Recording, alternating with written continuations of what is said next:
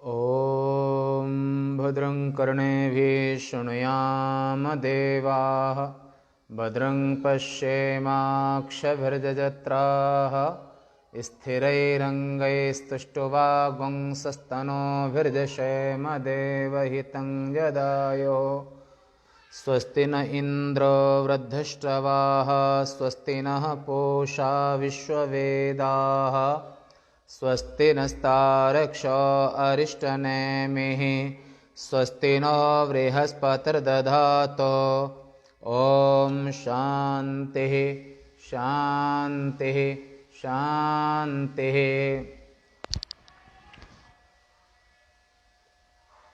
आज 14/8/2021 में क्रमशः उपनिषद आश्रम उज्जैन से उपनिषद प्रस्थान में आज अथर्ववेद के प्रश्नोपनिषद में 6ठम प्रश्न का विचार है। आज का विषय है पिप्लाद का उत्तर। वह पुरुष शरीर में स्थित है जिसकी मीमांसा व्याख्या आप पूर्व से श्रवण कर रहे हैं। और जो 6 शिष्य थे ऋषि पिप्लाद के, तो 6ठम शिष्य जो सुकेशा नाम इनका है, और इन्होंने ये प्रश्न किया था कि ये जो षोडश कल पुरुष है, 16 कलाएं कहते हैं परमात्मा भगवान श्री कृष्ण 16 कला के अवतार हैं। श्री राम, परशुराम और ऐसे ऐसे कलाएं भगवान की अमुक इतने कला के अवतार हैं, इतने कला के अवतार हैं। तो ये जो विषय प्रसंग है माने 16 कलाएं परमात्मा की, ईश्वर की जो 16 कलाएं हैं, वो 16 कलाओं वाला पुरुष। और 16 कलाएं कौन सी हैं इत्यादि विषय की विवेचना मीमांसा आप इसमें श्रवण कर रहे हैं। दूसरे मंत्र का पहले उच्चारण कर लेते हैं। विषय आज का है पिप्लाद का उत्तर। वह पुरुष शरीर में स्थित है। प्रश्न आपने कल सुना था। ये उपनिषद मीमांसा है। इसमें जब आप रोज सुनेंगे तो आपको विषय का एक क्रम मालूम होगा कि पीछे कल क्या विषय था, क्योंकि ये तो लंबा विषय है, कम से कम 18-20 वर्ष का, तो एक दिन में संभव है नहीं। तो क्रमशः आप श्रवण करते हैं। तो कल आपने प्रश्न को सुना था, आज इसका उत्तर आरंभ करते हैं। पिप्लाद ऋषि तस्मै स होवाच यहि वान्तः शरीरे सौम्या स पुरुषो यस्मिन्नेताः षोडश कलाः प्रभवन्ति ते। तस्मै स होवाच यहि वान्तः शरीरे सौम्य स पुरुषो यस्मिन्नेताः षोडश कलाः प्रभवन्ति इति। आचार्य पिप्लाद ने कहा, सुकेशा, हे सौम्य माने प्रिय दर्शन, वत्स, पुत्र। शिष्य और पुत्र में शिष्य भी पुत्र ही होता है एक रिश्ते से। हे वत्स, हे सौम्य, जिसमें इन 16 कलाओं का प्रादुर्भाव होता है, वह पुरुष इस शरीर के अंदर है, बाहर नहीं।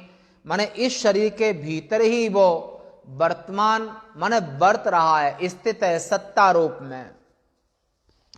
तस्मै स होवाच भाष्य। उससे जो पिप्लाद आचार्य हैं, जो महर्षि दधीच के पुत्र हैं, उनने कहा, हे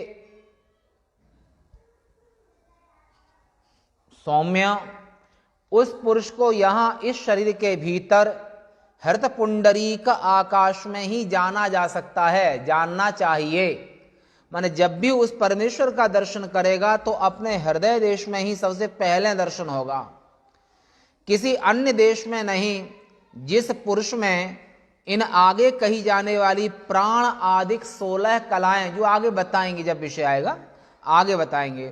तो 16 कलाओं का जो प्रादुर्भाव होता है और जिससे ये सभी कलाएं 16 कलाएं उत्पन्न होती हैं, और वे 16 कलाएं उपाधि हैं, और जो पुरुष है वो उपहित है। तो ऐसे उपाधिभूत 16 कलाओं के कारण वह पुरुष कलाहीन होकर के भी अविद्यावश, माने अविद्या के कारण निराकार होते हुए भी साकार सा प्रतीत होता है। माने कलावान सा दिखलाई देता है पर कलावान है नहीं। उन औपाधिक कलाओं के अध्यारोप की विद्या से निवृत्त करके उस पुरुष को शुद्ध दिखलाना है। इसलिए प्राणादि कलाओं को उसी से उत्पन्न होने वाला कहा है, क्योंकि अत्यंत निर्विशेष मन निराकार, अत्यंत जो निर्विशेष अद्वय और विशुद्ध तत्व में अध्यारोप के बिना प्रतिपाद्य प्रतिपादन आदि कोई व्यवहार नहीं किया जा सकता है। इसलिए उसमें कलाओं के अविद्या विषयक उत्पत्ति, स्थिति और प्रलय का आरोप किया जाता है, क्योंकि ये कलाएं चैतन्य से अभिन्न रह करके ही, ये कलाएं 16 कलाएं प्राणादि 16 कलाएं हैं, वो चेतन से अभिन्न होकर रहती हैं, अभिन्न रह करके ही सर्वदा उत्पन्न होती हैं, और जो उत्पन्न होता है उसका विनाश भी होता है तथा उसी में लीन होती देखी जाती हैं। इसी से कुछ आत्म चैतन्य विकल्प, इसी से कुछ भ्रांत पुरुषों का मत, माने जो सत्य को जिन्होंने स्पर्श नहीं किया, ऐसे जो भ्रांत दार्शनिक हैं, जो भ्रांत पुरुष हैं, उनका मत हम आगे कहने जा रहे हैं। तो कुछ भ्रांत पुरुषों का मत है कि अग्नि के संयोग से घृत के समान, अग्नि के संयोग से घृत के समान चैतन्य ही प्रत्येक क्षण में घट आदि आकारों में उत्पन्न और नष्ट हो रहा है, और इनसे भिन्न दूसरों जो शून्यवादी, शून्यवादी यानी बौद्धादिक, तो वो कहते हैं शून्य में वो समाधि, उनका सिद्धांत है कि शून्य ही समाधि है। तो शून्यवादियों का मत है कि इनका निरोध हो जाने पर सब कुछ, पूरा संसार शून्यमय हो जाता है। तथा अन्य नैयायिक कहते हैं, वो तो बौद्धादिक नास्तिकों का हो गया जो शून्य को समाधि मानते हैं, न्याय दर्शन जिसके आचार्य कपिल हैं और निर्वाणी अखाड़े के मूल प्रवर्तक पुरुष हैं, तो ऐसे नैयायिक कहते हैं कि चेतिता नित्य आत्मा की घटादि को विषय करने वाली अनित्य चेतनता उत्पन्न और नष्ट होती रहती है। तथा लोकायत, लोकायत का अर्थ है जो शरीर को ही आत्मा मानते हैं और जो वेदों को नहीं मानते हैं, अगला जन्म नहीं मानते हैं, ना अगला जन्म मानते हैं, ना वेदों को उपनिषदों को मानते हैं। वर्तमान में कहाँ आप देखोगे तो इसमें लोकायतों में जो इस्लाम को आप पूरा ले सकते हो, इस्लाम भी अगला जन्म नहीं मानता है, मूर्ति पूजा भी नहीं मानता है, वेदों को भी नहीं मानता है। तो इस्लाम को माने आसुरी संस्कृति, माने लोकायत, और ईसाई को, ईसाई भी अगला जन्म नहीं मानते हैं, अंग्रेज लोग, ईसाई भी अगला जन्म नहीं मानते हैं, और वेदों को भी नहीं मानते हैं, अगला जन्म भी नहीं मानते हैं, और वेद प्रतिपाद्य विषय को भी नहीं मानते हैं। जो वेद को न माने